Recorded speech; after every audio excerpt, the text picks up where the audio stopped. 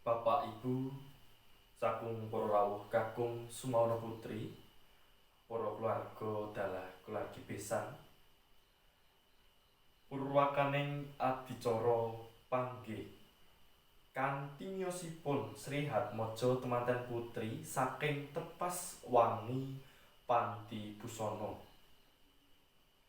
Lamun cinandra kadya puspa warnaning.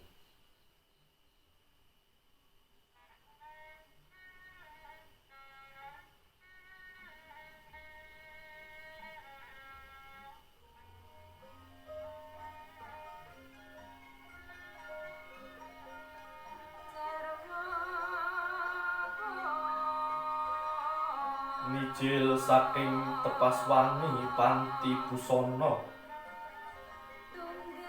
Anenggih menikata warnanira Sri Hatmaja temanten putri. Sumorot cahyane hanlayu. Pawa praba kadya hanpa ing sasana wiwaha.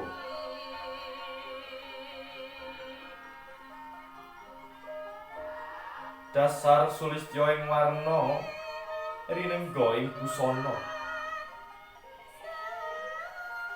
Wiwit cilik mula den gegadang den gegulang mring pepoyaning kautaman.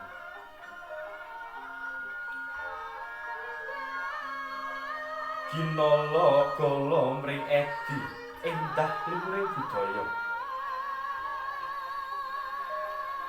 Marma alon-alon anggenira lumaksana.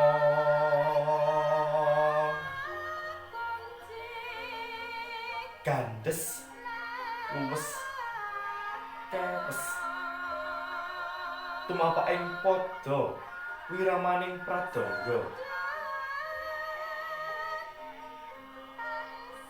Tindakira Sri Hatmaja temanten putri ing ngembanan ingkang rama dalesan ingkang ibu.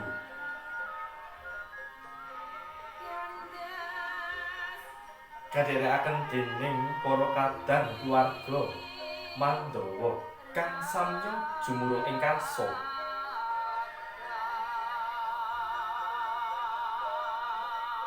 Sang pamengku karsa ing batos mumpung tansah muji syukur ing ngarsane Gusti. Ngarsane Gusti kang maha luhur. Gusti kang maha luka.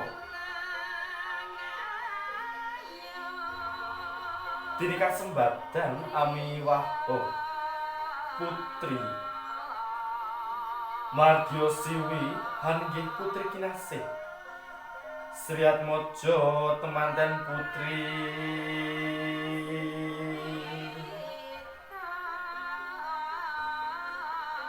Arsa kalenggahaken wonten ing sasana rinengga. Nggih sasana kinajan den rengga-rengga amprih edi lawun kamuryan endah lawun jinulya.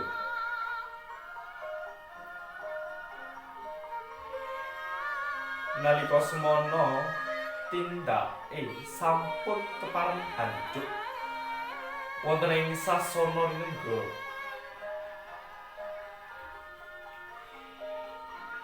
Kalenggahaken wonten ing sasana kinajang ing ngembanan dening ingkang rama miwah ingkang ibu.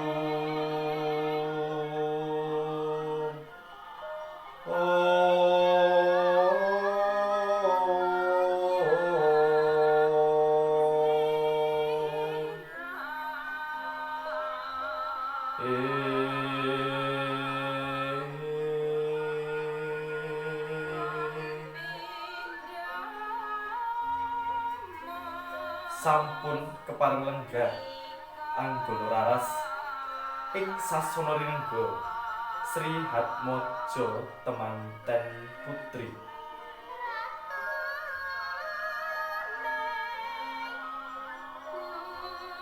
kawuryan gampyak praptaning Sri Hatmaja temanten kakung kinurmatan kanthi kebo giri